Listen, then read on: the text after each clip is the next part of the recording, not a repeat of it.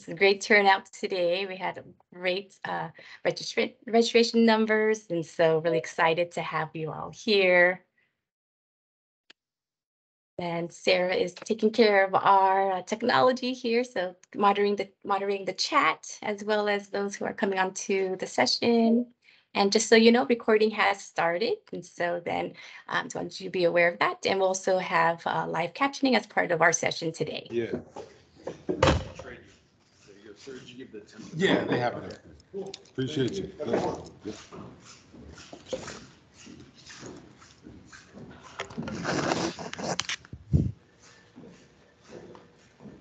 Hey. How are you? Yeah. Yep. Actually, let me grab.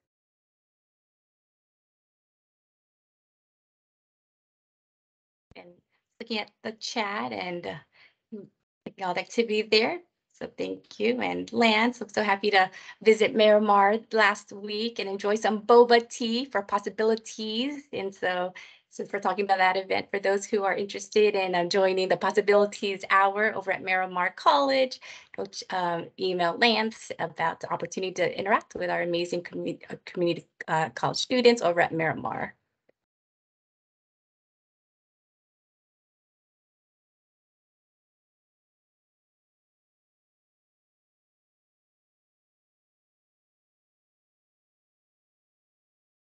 All right, we're going to go ahead and get started since you're all here, and we have such an amazing session today. So just really anxious and excited to get this started, as I've been working with this event for a couple of months with our panelists. So we're so excited to finally be here. And so I want to welcome you all to this morning's HR Roundtable Presents Proven Strategies in DEI and Hiring, hosted by Tech San Diego and sponsored by First Tech Federal Credit Union. We are so thrilled to have you all here today, and just here to enjoy this morning of Friday Eve. So I can say Friday in my conversation now because tomorrow is Friday. So thank you all for being here for this session. I'm Christy Kiyogi, the University Talent Director for Tech San Diego, and Tech San Diego is the unifying voice for our region's innovation community, where we connect professionals across the tech industry to elevate San Diego's tech economy. And my role as University Talent Director is to keep our local university talent here in San Diego by empowering them to select America's finest city, San Diego, as their career destination. So for all of you who have early career positions and internship openings, please see me to help fill those openings. And also on this call from Tech San Diego are Sarah Spaiva, our Director of Communications, and our fearless leader, Kevin Carroll, Executive Director. So Sarah and Kevin, hit that emoji hi button to say hello to everyone here. So on behalf of our team and a couple of our board of directors who I see here today, we welcome you to our HR Roundtable. And so just for today, to give you an idea of what's ahead, you'll be leaving here with unique insight and key strategies centered on DEI and hiring that you can immediately implement after this session. We have an amazing panel of DEI leaders and experts in the field who will generously offer their wisdom and recommendations for DEI best practices. And after the panel, we'll open the floor, or should I say the screen, for Q&A and group dialogue on what we just learned from our esteemed panelists. And this session ends around 10:15. So if you do need to leave before and for those who can stay after the hour, we'll continue in our community conversation. So again, I want to thank you for being here at today's HR Roundtable, and to also recognize our event sponsor, First Tech Federal Credit Union. And so with that, I'd like to introduce our panel moderator from First Tech Fed, Mariah Drejos Varshis, who will share a few words about the organization and commence our panel portion by introducing our panelists. All right, passing the baton over to you, Mariah. Hey, thank you so much. My name is Mariah. I work at First Tech Federal Credit Union. I'm one of the leaders in the Special Assets Management Department, but I'm also one of the council members in the DEI and B field that we have here. It's about a year old, so it's still pretty fresh, but we are doing some very exciting stuff for the credit union I'm really excited about. Our mission at First Tech is we believe that everyone belongs. So not only do we value our differences and unique perspectives, but we celebrate them. We foster an environment where we empower to be our authentic selves, and we prioritize investing in a diverse and inclusive workforce and invite everyone to join us on this mission to build a better today and tomorrow. That is the mission statement that we built together as a team, and we do that. We work very much as a team to celebrate not only our similarities, but our differences as well. And for our lovely panelists today, we have George Avery. Go ahead and give us a wave. Perfect. He's the Director of Diversity Inclusion for Thermo Fisher Scientific. Next, we have Elspeth Islas. And she is the Director of SDSU Women's Center. And then we have Beatrice Barone. She is the Associate Director of Diversity, Equity, and Inclusion for Material Plus. And last but not least, we have John Lundy. Greetings, everyone. Thank you. Hello. And John is the lead of Diversity, Inclusivity, and Belonging Program Manager at Ingram Micro.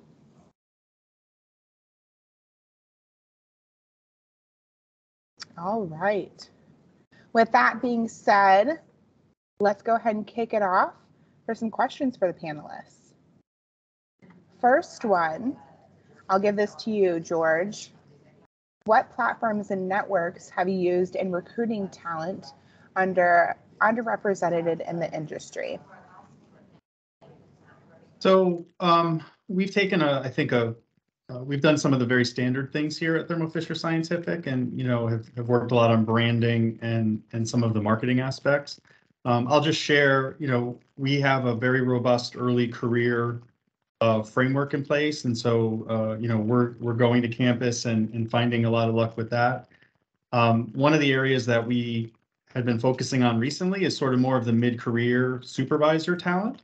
And so just to give you an example, we started an initiative almost 2 years ago now to hire about 500 HBCU grads, throughout our company. And one of the things that, not only did we do the traditional outreach where we went to campus, but in learning about the community and thinking about how we best collaborate.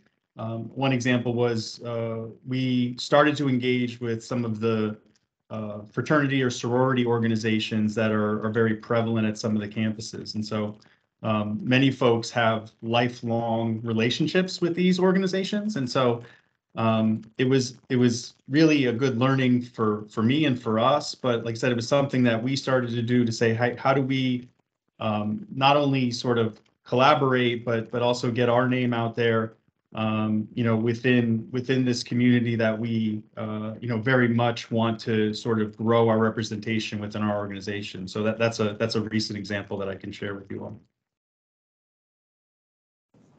Awesome. Thank you so much, George. John, did you have anything you wanted to add to that?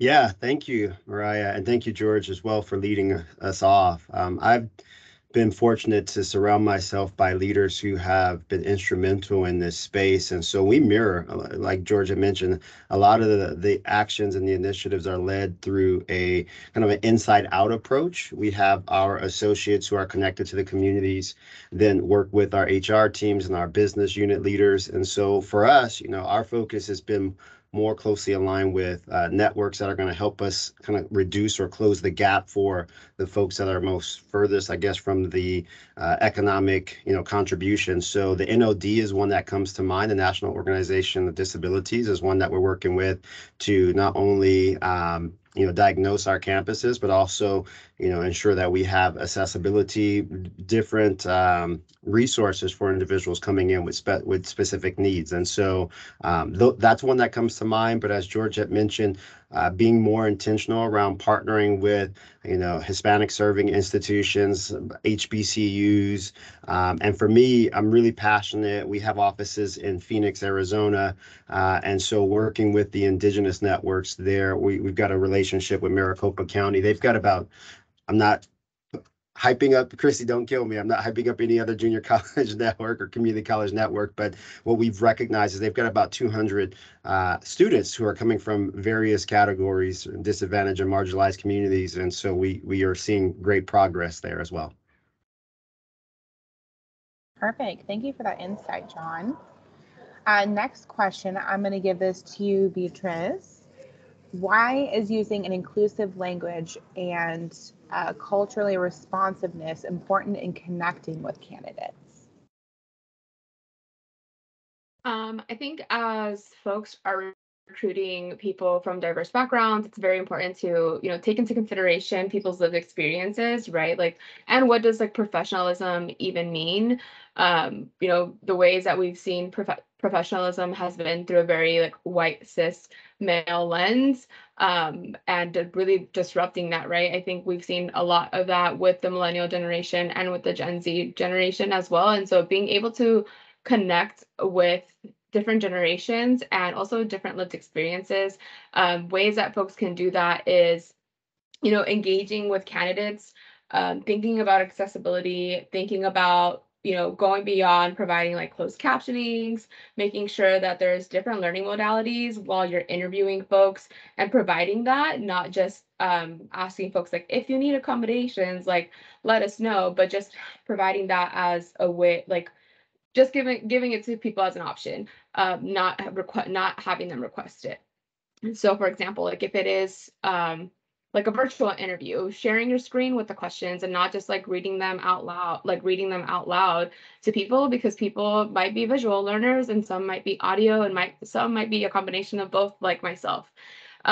Creating statements that encourage applicants to apply to jobs, even though they don't meet all of the qualifications. I know that we've all probably seen research out there that's shown that women don't apply to jobs unless they are like 80 to 100% qualified, right? As opposed to folks who identify as men will apply to jobs that are anywhere between like 20 to 50% meet qualifications, right? And so that's like a big jump of a difference. And then ensuring to be mindful of your candidates' backgrounds. If folks disclose that, they have a disability, or they are a veteran, or they are like a first generation college student or a first gen professional, right? Like being able to tap into their cultural wealth and being mindful of that as well. Yeah, absolutely. Thank you for that insight. George, did you have anything you wanted to add to that? Yeah, I think we also got lucky because we had an issue where, as Beatrice said, not only were we, becoming a little stale, I think, in our language in terms of who we really wanted to connect with, but we found that our job descriptions were getting like very specific and narrow. And so, for my talent acquisition colleagues that may be joining, we had sort of nearish entry level jobs, and we wanted like 10 years of experience in this specific area. And so, very common story that we hear. And so we had that as a sort of a systemic issue, and then ultimately wanted to become more viable to, like I said, sort of a broader base of talent. And so we ended up implementing a tool called Textio. And what this allowed us to do was add another check and balance as well, in terms of understanding whether our language was inclusive. Was it too masculine? Was it too feminine?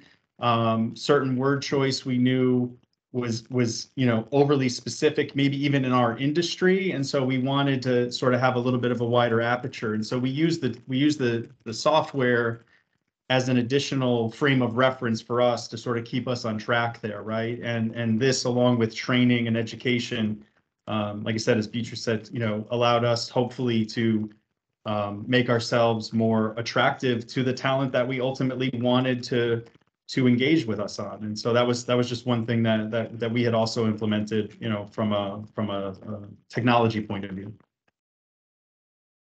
Thank you. Yeah, it's truly amazing what technology can do for us nowadays and how we can leverage it.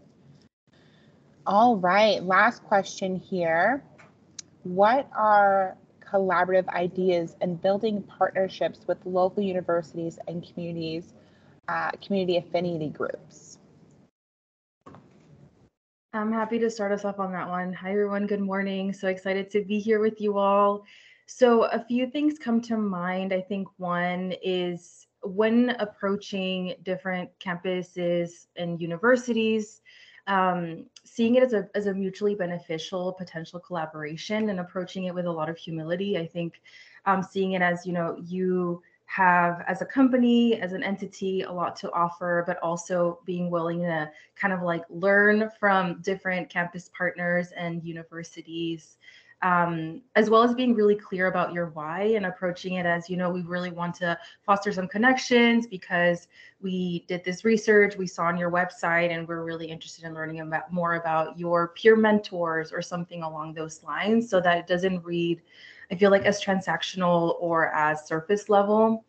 I think alongside that, also being very aware of our implicit biases and staying current and being committed to kind of like that lifelong learning alongside that humility.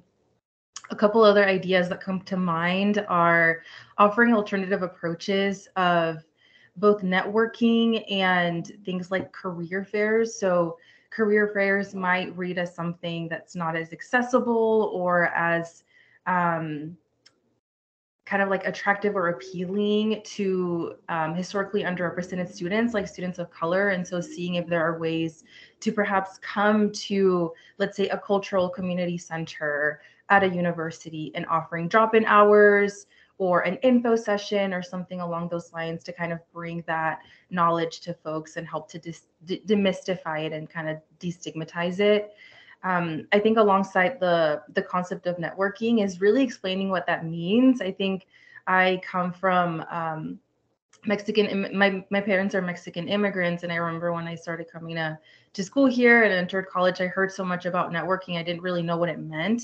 And until it was explained as really relationship building and seeing it kind of like, to me, make that connection with a collective, it really clicked to me and I saw the power that comes with fostering that network. So learning to, sometimes I think we can get lost in jargon and we're so used to using different terminology that might not be as accessible to historically underrepresented folks. And then the last thing that I'll mention is supporting beyond that initial outreach and not just seeing it as offering someone a seat at the table, but also passing the mic and really amplifying folks' voices, not just asking for feedback, but being willing to implement. And again, I think alongside that humility, folks listen and are perceptive. And I think if I know of students who have had really positive experiences with a different agency or organization, they come back and they tell me, and I think that there's a lot of power in that narrative. So I'll kind of pause there.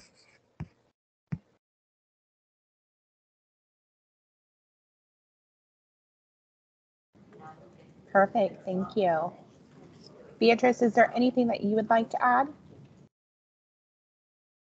Yeah, I think I echo everything that Elspeth has also mentioned. I think it's also really important to connect. A lot of universities, especially out here in San Diego, also have a lot of first gen initiatives. So also thinking about connecting with folks who run those programs and being able to, if your organization provides any like career help or how Elspeth was saying, like demystifying what it means to network and like really having like pinpoint, like connecting with folks at a very early stage so people can start thinking about those kinds of things, right? Because I think about like myself, like when I was a freshman or sophomore, I really wasn't thinking like, oh, when I graduate, like what are my plans? I felt like I still had so much time in the world, right, to think about what I wanted to do. But if folks start thinking about those things a little bit earlier, I think that they have the opportunity to explore a lot of different things and being able to connect. I think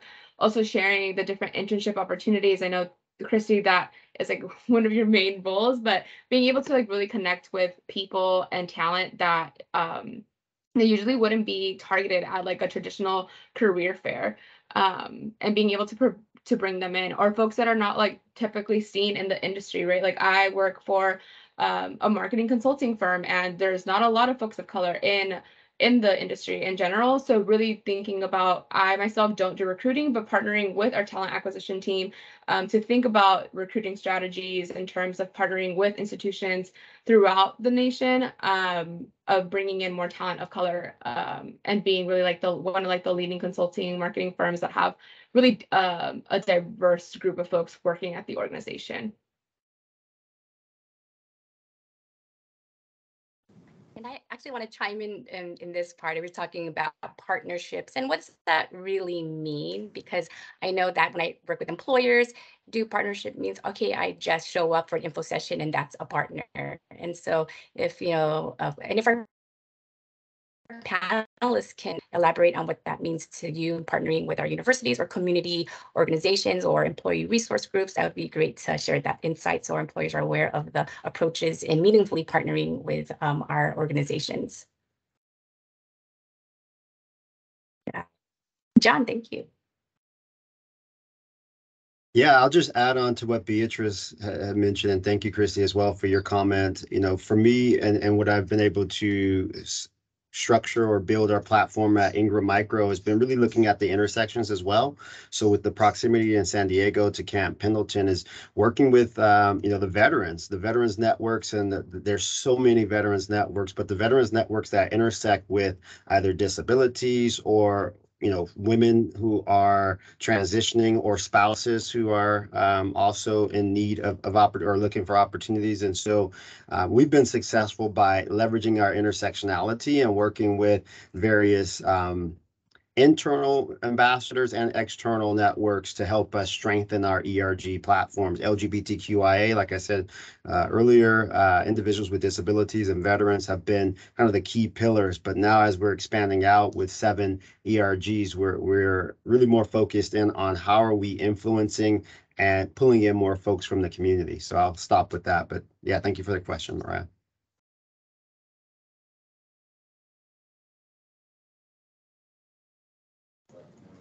Does anybody else want to kind of add on that? What does partnership mean to you, or what does it look like? Yeah, if you don't mind, I'll just, I think Elspeth used a really important term, which is mutually beneficial, right? And I think that, like, for example, like, John and his team have been doing some wonderful things that I follow and look at and get inspiration from. And then at the end of the day, how do we internalize it? So another example to share is we were working with a local university in the Cal State system, first gen, what Beatrice said, we went to listen and said, what do you all think you need from us, right? My value, what I'm here to do is really easy, right? But how do we make this mutually beneficial? And, understanding some of the support around networking, interviewing, internships, what does that mean for your, post-academic career? And so we had to do a lot of listening. And then secondly, we, as John mentioned, we have our business resource groups, and they had heavy alignment with the student resource groups, right? And so we've been actively, although it's a little bit outside what we do, we've made the introduction and connected those groups to say, hey, can you connect with each other and see, how do you all work together, right? We're not going to put any parameters on this, right? You all sit down at the table, like you said, and really listen and talk. And so that BRG to student resource group is something that we're relatively new in, but I think our business resource groups have been extremely excited in terms of like their sort of community pillars to go out and engage with the students. And so it just gives us another avenue to connect with, and hopefully in a really, like I said earlier, Elizabeth said it best, very mutually beneficial way, right? We want to make sure that we can provide support and services that they find valuable and are needing.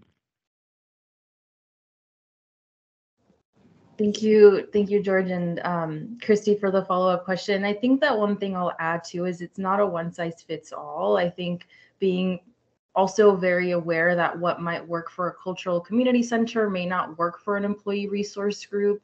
And so being willing to have that kind of conversation and not have it be kind of as prescriptive of we're going to look at the partnership in this way, but rather like what would work for you. Would it be an info session? Would it be starting off with sharing flyers or job postings? So that's something else that comes to mind. To also ask a follow-up question regarding the use of inclusive language and culturally responsive approaches. Beatriz, you mentioned about community wealth, and can you share a little bit about what that means and some examples of using inclusive language, in conversations, in job descriptions, things like that? Yeah, I think George had mentioned about, applications not seeming like not fitting like either masculine or feminine, right? Like trying our best to kind of use gender neutral job descriptions, very, very gender neutral language. I think a very like simple way, I came from higher education, now in corporate world, so it has been a little bit of a shift for me, but now having both perspectives, I think like the simplest way that someone could be inclusive is just like sharing your pronouns and giving folks that option to put that in their application, or even sharing that with you. I think it really depends. It's situational, right? Like some folks might be outing themselves if they share their pronouns, but just giving them that option and like creating just like that inclusive environment, like very simple way to do that. And I think that sometimes folks are like, oh, like why are we like always emphasizing on pronouns, but it's just like we've always have the pronoun conversation, right? There's objects have pronouns. Like there's so many things that have always had pronouns ever since like of like the beginning of language. So that's just like very one way to do it. I think the other things, just thinking about like cultural wealth, is right, like some folks might be bringing in different lived experiences that could benefit the organization, right? They're not just bringing in like the tech skills, but also have like some other soft skills that could be helpful in terms of the position, in terms of moving the organization forward. And I think someone had said it in the chat that like DEI isn't only good for business, it's like the right thing to do. And at the end of the day, diversity, equity, and inclusion benefits everyone. It doesn't only just benefit folks who have been historically marginalized.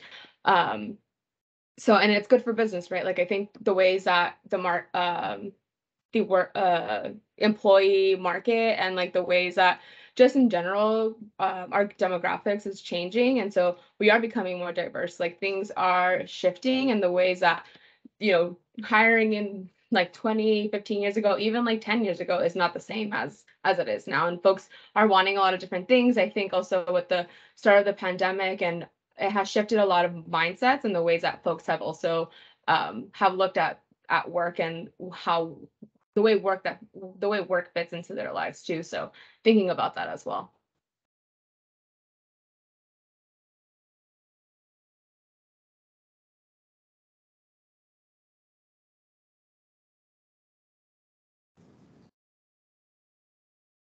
Does anybody else have anything to add to that? I think that was beautifully said. So thank you so much for that insight.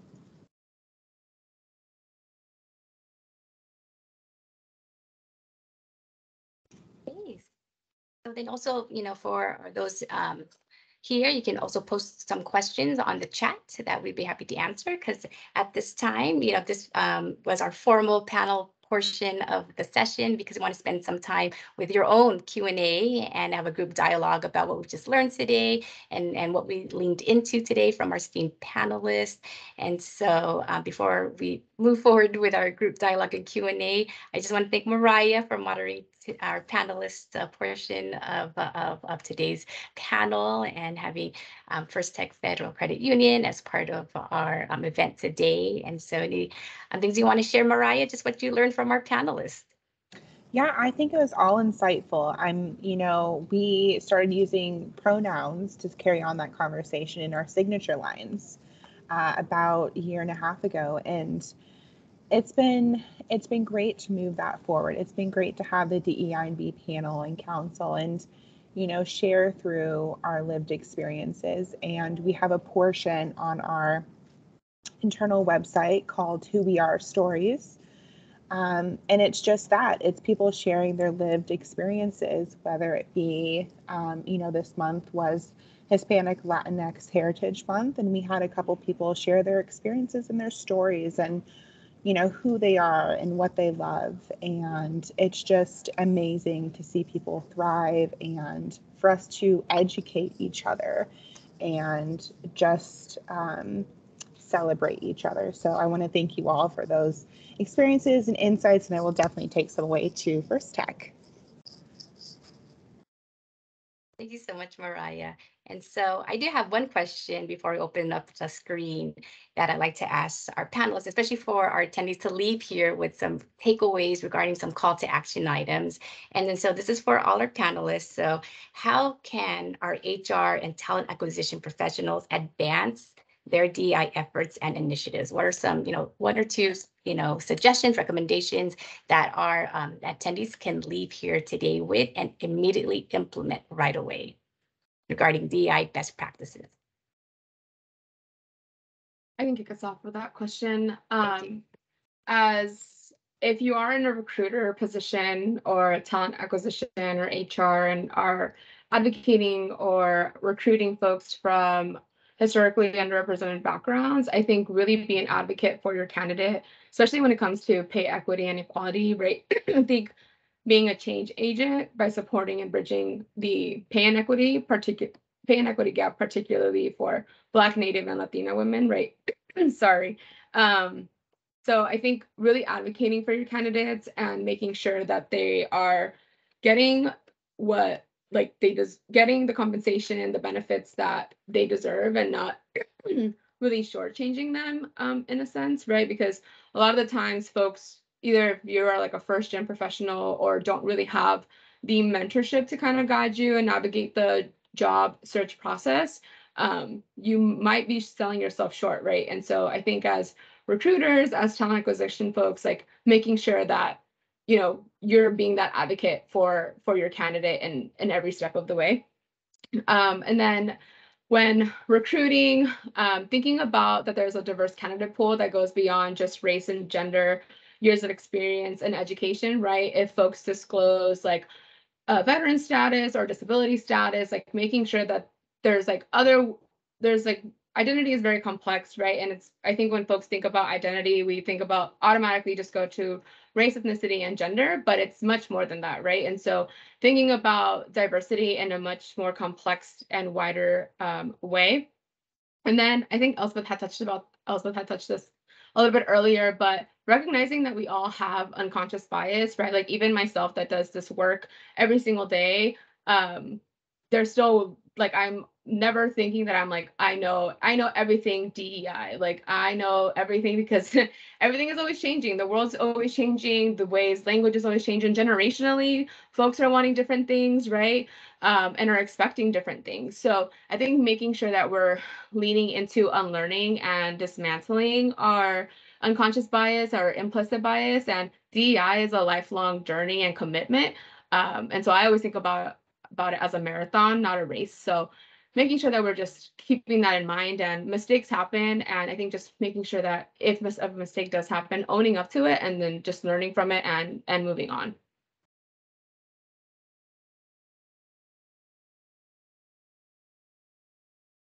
Thank you, Beatrice. Right. Elspeth, George, or John? Yeah, I can add too. I think being willing and open to do some introspection within your company or organization and seeing what opportunities you can offer to historically marginalized communities, right? So not just outreaching to hire diverse talent, but how are you going to retain and support diverse talent is very important. So, just again, being willing to have those conversations with folks that are currently in your team, and being very mindful about what you're doing well and what you can do better, as a means to not just see it as an outreach, but again, the retention part is very important too. Yeah. Talking about retention, like community building and relationship connections is so key, especially with communities of color, because, like for me, that's my narrative. I come from a collectivist approach as being a Filipina, and having that opportunity to not just network, but then just create, familia and comunidad, where I work and how I engage, and being able to make each person feel like they matter. And because of, the human heart, right? That we all are here to help and in our communities, and talking about that cultural wealth and community assets that we bring into our lived experiences, and, our opportunities to have those, stories, and share those stories and co-create those stories together in order to empower our communities. Thank you for sharing. Hi, George and John. I'll just add a couple things.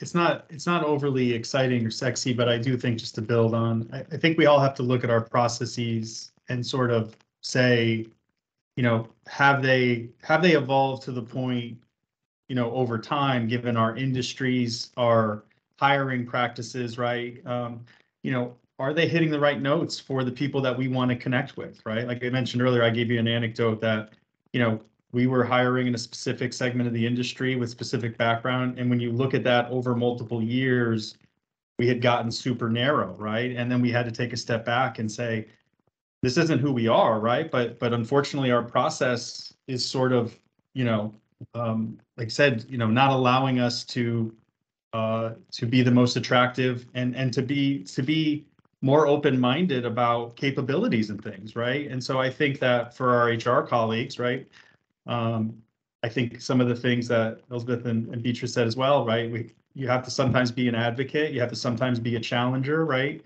Hiring managers sometimes like what they know, right? And so we have to help them see the possibilities as we move forward, right? All of our companies value innovation one way or another, right? And so not only is this a great way to help your organization continue to innovate, but our practices have to evolve, right, and move forward as well. And so, like I said, just one other suggestion, right? Like it's a simple thing we can do, but I think we have to look at it and say, is this unintentionally having this downstream impact that we don't want, and how might we look to fix it? It doesn't have to necessarily be a radical overhaul, but like I said, it just could be a thing over time that has gone unchecked, and now we have to make it more relevant and current. Thank you, George. John, you want to add to this? And before we I'll close up. So thank you. It's tough, Christy, following up with these from these brilliant leaders. I'm over here taking notes and listening at the same time, but also looking to contribute and build on what they're referring to as well. And there's a few things that come to mind. Beatrice had mentioned the significance of transparency and ensuring that what we do has a mutual benefit to both the external and internal customers, right? So from an internal perspective, our recruiters have shifted to more of a career coaching philosophy, where we're helping associates navigate internal opportunities beyond looking out externally. So a few things come to mind, right? Investing significant time into the structuring of mentorship and sponsorship programs so that individuals have trusted resources they can go to. And that's one of the benefits, I think, and working with George and the folks at Thermo Fisher, is there's such a broad and a robust organization that you can kind of beg, borrow, and steal where you see that they've already achieved success. So I've started to structure our mentorship, our really more intentionality around what we're looking to get out of that mentorship. And so, we're working to identify the specific goals that the mentor, the sponsor will coach the individual on. So that's one way where it's got to be mutually beneficial. But then the other way, for example, with as I alluded to with the veteran community, it's also it's being transparent around where our gaps are. Our hiring managers aren't really educated on the terminologies when leveraging veterans or leveraging individuals coming from transitioning industries, right? So it's having the trust and the ability to communicate. Here's the opportunity, and not only for the individual that's coming from external. So here's the opportunity at a broad level from an organization perspective, but hiring manager, here's the opportunity to cross-functionally leverage this resource. Look at this resource for potentially your department, but where else can that individual be beneficial? So we try to leverage diverse interview panels as well in order to ensure that we can rotate individuals throughout the business. So I'll stop rambling on. I've got a lot of other notes and thoughts that come to mind, but certainly ensuring that transparency and commitment at the top is a part of your organic process in building your DEI program. Right. Thank you so much. And so we do have a question in the chat, and to recognize that San Diego, majority of our businesses here are small to mid-size. And so here's a question. So how can small businesses with one HR person assess where they are in their DEI journey? And is there any free tools you recommend to develop that baseline for small businesses with limited resources? Great question. Thanks so much, Amanda.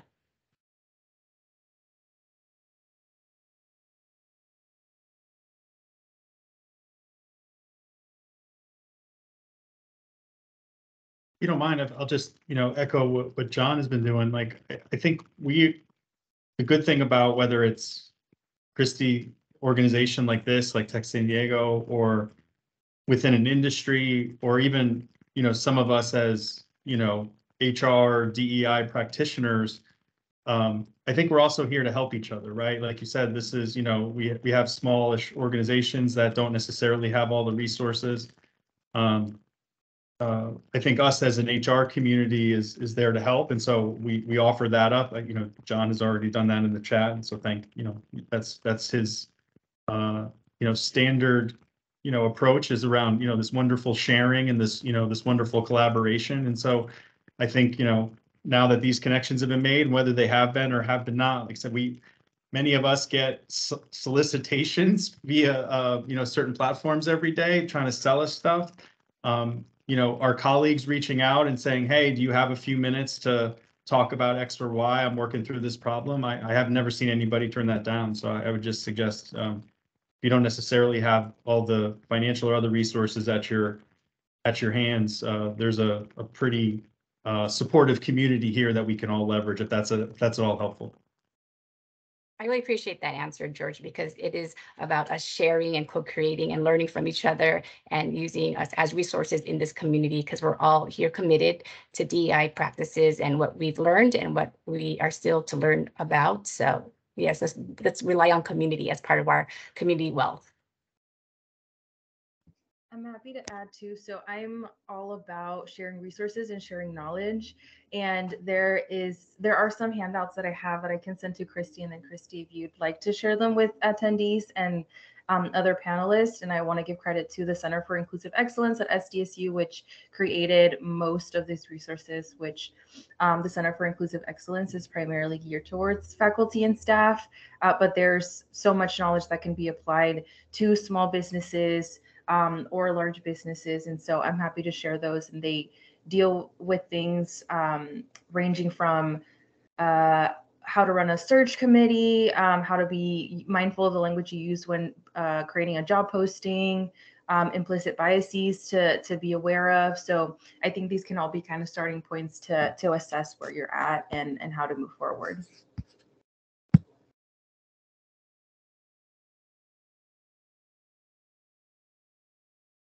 Yeah, great insights from everyone. I don't want to, I'm not going to take up too much time, but I just want to also kind of echo the significance of networking. I don't think that any of our departments are overly funded or have a ton of resources. I'm often leveraging or looking to do things for very inexpensively, right? So to George's point and also to Elizabeth's point, what's important is that we build a community that is comfortable with sharing with one another, right? Because it's very easy. I want to say 7 years ago, I was very myopically focused, head down, and trying to hoard everything and not really advancing or growing. And I think as fast as the business could. And so recognizing the small wins. Again, when I first started, we had 2 ERGs.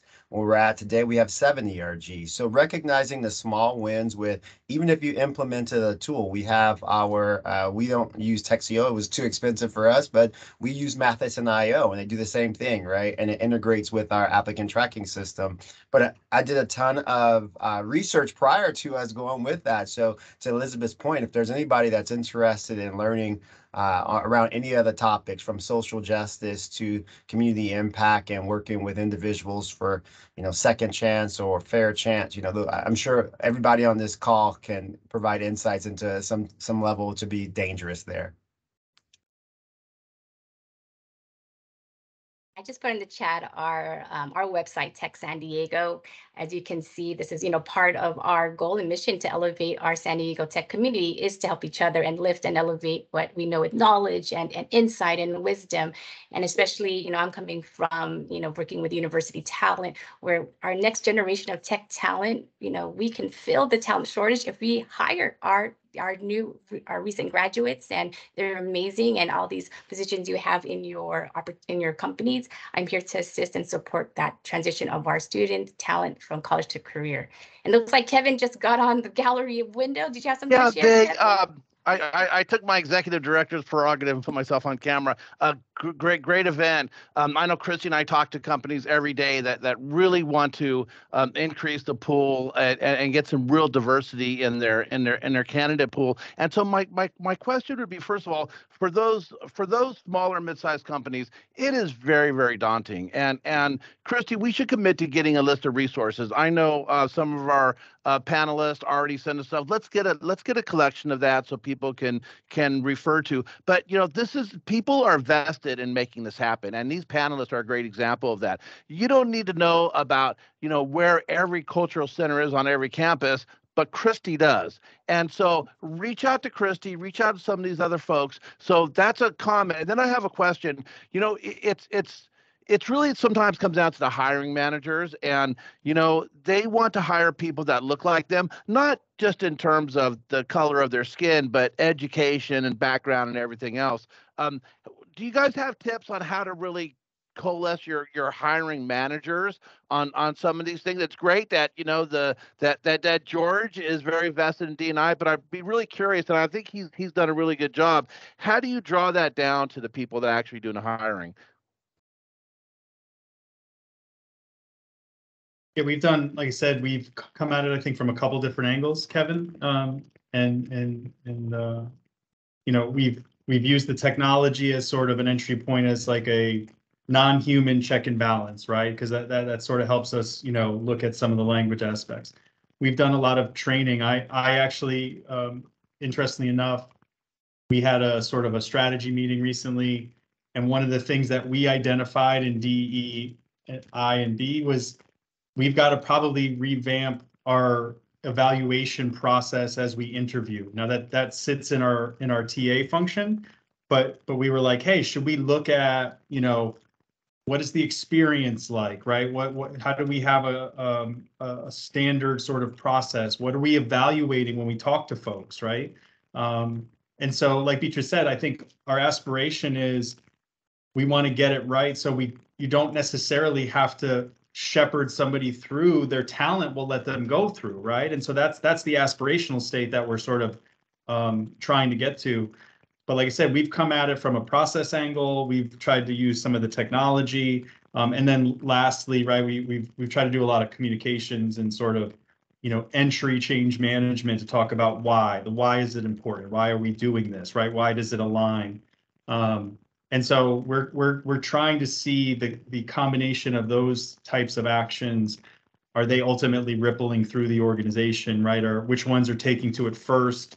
Do we have some early adopters that we can run it, that we can do it and then share success stories? So we're, as John said, we're a fairly large organization, which has its pros and cons, right? And so we're trying to use it to our advantage to see where we can get some successes that others will ultimately want to replicate. Yeah, I echo what George said. I think as much as, the if the company is really committed to DE&I, they also have they also have to be committed to it inwardly as well, and being able to provide training to hiring managers. I know that's something that we've been working on, and being able to really provide hiring managers with the DEI lens. Like, it might not be perfect, but at least get the conversation started, right? Like, everyone is at a very different level of learning and and at a very different stage in their journey in terms of diversity, equity, and inclusion. But as long as like we're having these conversations with hiring managers and being able to get them to like understand, I think it really is going to be pushing the agenda forward. And like I had mentioned before, like diversity, equity, and inclusion typically has been pigeonholed into thinking like, oh, it just benefits people of color, or it just benefits people who have been historically marginalized. But we all benefit from it, right? Like, being able to really say like we are really inclusive, like we are an equitable company, benefits like everybody working. Like, it doesn't just benefit folks at the bottom, it benefits like everyone's overall belonging and well-being. And then I kind of want to also circle back in terms of like, I know that resources are tight sometimes, but I think if companies really want to push DEI forward, there does need to be like resources allocated, whether it be like financial or some sort of investment to it, right? Because it just can't be people doing free labor to push DE&I forward, right? Because a lot of the times it does fall on the employees of color within the organization, and they're not being compensated for that, right? And then that on top, it's already perpetuating inequities. So I know it's tough sometimes, but we can all, this is a great network of folks to just talk about how do we talk with our like CEOs, or how do we talk with like our presidents of our companies to really invest in this, right? And like moving this forward. Wow, Beaches brings it. I have seen that in companies where you're correct. The persons of color often get tagged on diversity and inclusion and end up doing free work. That's a very good point. May not be something everyone wants to hear, but it's definitely true. It's a good thing that Christy's here. Again, the good place to start for diversity is, I'm going to go off screen here in a second, is university talent. And the university has done a great job aligning skill sets to the real world. And that's really an untapped, under-leveraged resource in this community, is the university. So those of you who are hiring, start with interns, talk to Christy. You guys are doing a great job. I'm going to go off and let everyone ask their questions, and we'll touch base later. All right, thanks, Kevin. Okay, I have a question here in the chat. What does your ideal recruiting event on a college campus look like? So thank you for that question, Lance.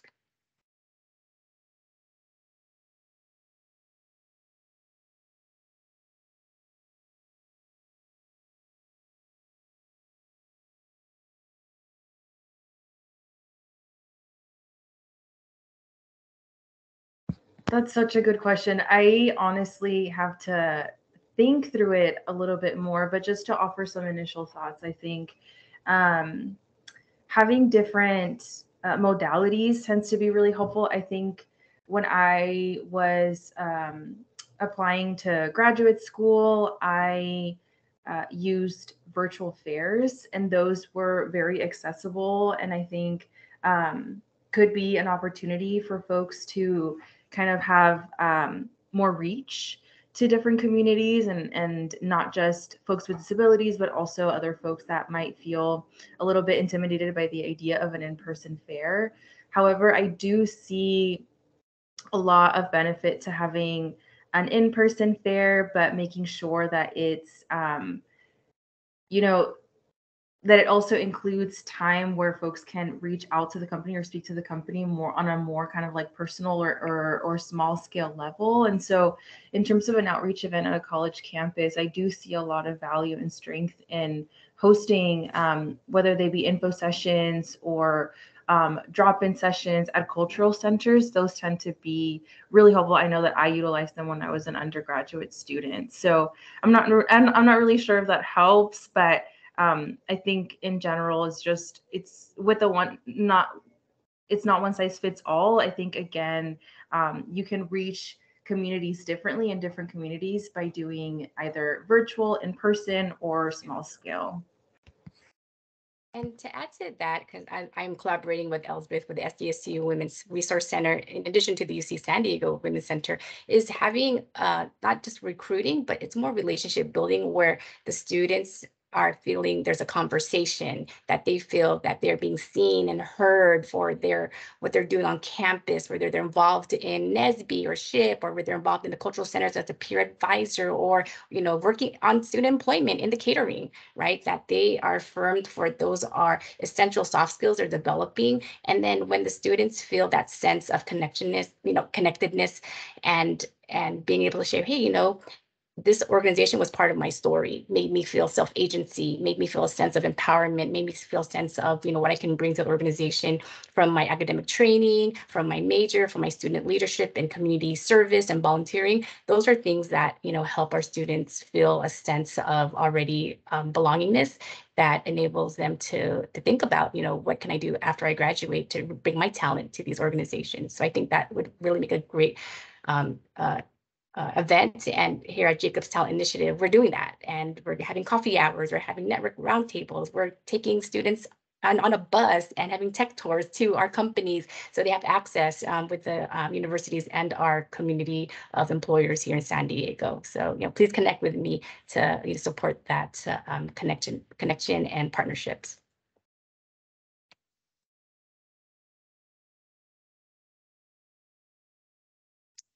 All right, so as we're approaching the 10 o'clock hour, this has been such a great hour of learning and unlearning, right? As Beatrice had mentioned, and being able to look at, networks, national networks and community organizations, as well as using inclusive language and culturally responsive approaches, and looking at how community looks like. So I just wanted to make sure that I thanked our panelists for being here to share their wisdom, perspective, and lived experiences regarding diversity, equity, and inclusion. Elsbeth from the SDSU Women's Resource Center, Beatrice from Materials Plus, George from Thermo Fisher, and John over at Ingram Micro to be part of our community today. And it looks like, some of them are putting their LinkedIn profile on in the chat. So continue the conversation and connection through LinkedIn. And please look at Tech San Diego as a resource for your organization to elevate and go to new heights, with our tech excellence. And so with that, just, some parting words from Elsbeth, Beatrice, George, and John.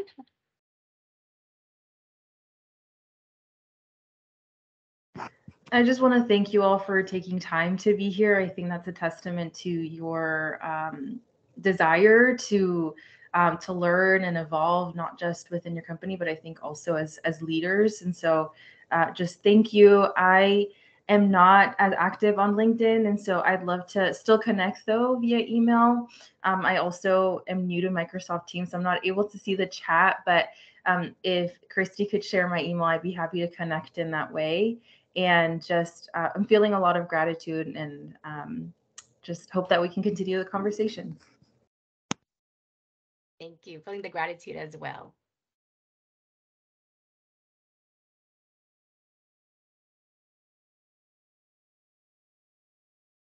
I was like, this is always awkward. I was like, who's gonna go next? Yeah, I echo Elsbeth. Just thank you all for being present and engaging with us and being open to have this conversation. I know when talking about diversity, equity, and inclusion can be a little bit uncomfortable sometimes, but I think, always leaning into that discomfort. And like, again, I said, DEI is a lifelong journey. It's a marathon, not a race. And even myself, as someone who does this every single day, I don't know everything, and we all don't know everything, right? And so I think just having an open mind and stepping into our curiosity can really take us a long way. And so thank you all again. And I did drop my LinkedIn in the chat if you want to stay connected.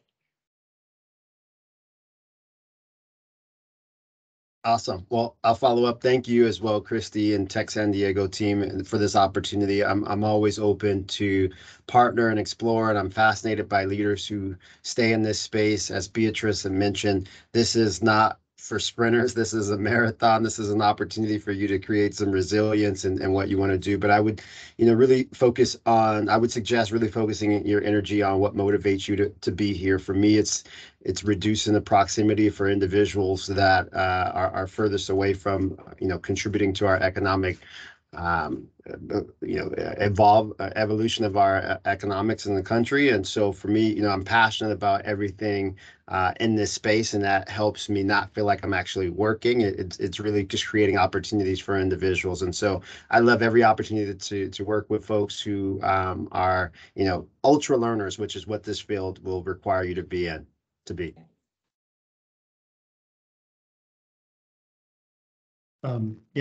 My fellow panelists have said most of it. I think, like John said, that this work is hard, right? And we all have our days and where we say, hey, it feels like I'm, pushing a lot uphill, right? And I think this is where the community aspect comes into play, because the learning and the realizing that we can all leverage each other, and that we can all sort of empathize with each other a little bit to some of the struggles, I think is an important aspect. And so thanks again, Christine, everyone, for setting this up. Like I said, this was a very invigorating reminder of the important work that everybody is doing, that's attending this. And so I'm very appreciative too of hearing from everybody, and like you said, sort of stealing some of that energy from the positivity that everybody is sort of bringing to this. So thank you. Yes. And thank you for mentioning the words of empathy and as we look at this, this work that we do, and it's hard work, but it's also heart work, right? When we have compassion and self-compassion along the way, and be able to, empower ourselves and the community as we work together in this collective approach to, building, our neighborhoods and our community and our companies. And so again, just appreciate the perspectives and the wisdom, and most importantly, your commitment to do, the work together, but also inspire, encourage others with their own learning and their own opportunity to grow and expand and extend themselves, beyond the company and into their families and friends and neighborhoods. So with that, we'll stay on the line for another 15 minutes who would like to continue the conversation. But again, just wanted to thank everyone here today to share your energies and your motivation regarding elevating our Tech San Diego community. And Tech San Diego is here to do that with you and for you. And so really excited to have brought this together and be able to look at, new heights for our communities in DEI. So again, thank you again for being here. And pass it on to Kevin. So this is the after party? The after party's here. No, look, I thought it was a really, really good session. I think a lot of companies really struggle on it seems and sounds really daunting. And I thought one of the good advice that you gave people is, it's not a sprint, it's a marathon. And so just taking one step, right? And maybe the first step was attending this webinar, right? And hearing from some of you. So I thought it was really good advice on telling people, you're not going to fix it tomorrow, but, let's put some things in place that, 6 months from now, a year from now, 2 years from now, the program will look a little better. So I appreciate that advice. Some of it was tough love, right? I mean, Beatrice just I think got off, but I love her advice on, usually sometimes in smaller companies who want to start a diversity and inclusion, they're tagging people of color for that, and they're expecting to really do additional work.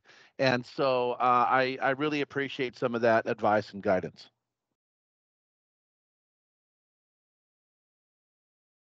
Anyone who's still here, have any questions you'd like to ask, you can unmute yourself or put in the chat.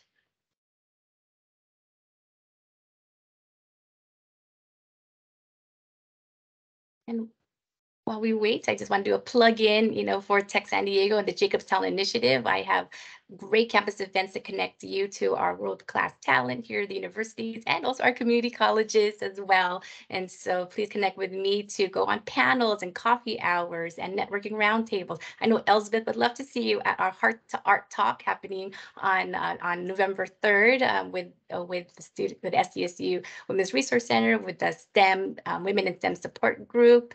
And so many of our campuses have these support networks for our students and in STEM, and working closely with their confidence level and career readiness, and where you all can come in and be part of that community for them.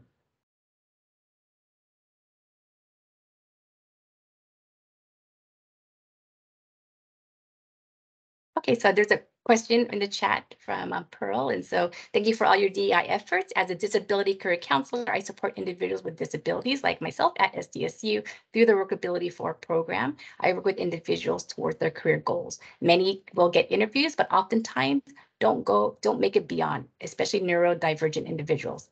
Are there any thoughts on shifting interview practices? Also welcoming on the job support. So any thoughts on that?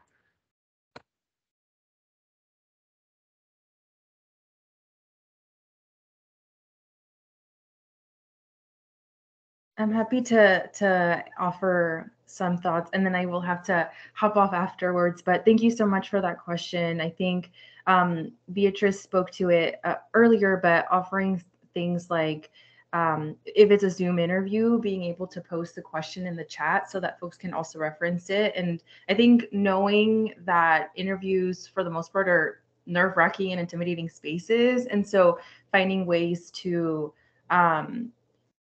offer some support for folks, and that I think it could be through the visual kind of resource of posting the question in the chat, or also sending a couple of questions in advance. That's something else that I know some recruiters have done in the past, as well as being really mindful of campus visits. If your organization or agency offers in-person interviews, I think being very mindful about offering breaks throughout the day, really paying attention to folks' humanity as well, not just seeing it as like an interview itself, but also being mindful about what it is that you're asking candidates to do, and which interviews and conversations to have.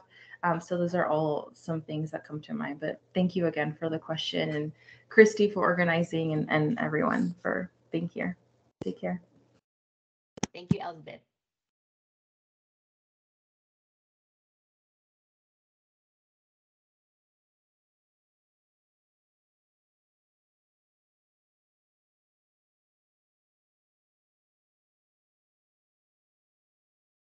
And Pearl, since we have you here, did you want to have any response to Elizabeth's answer?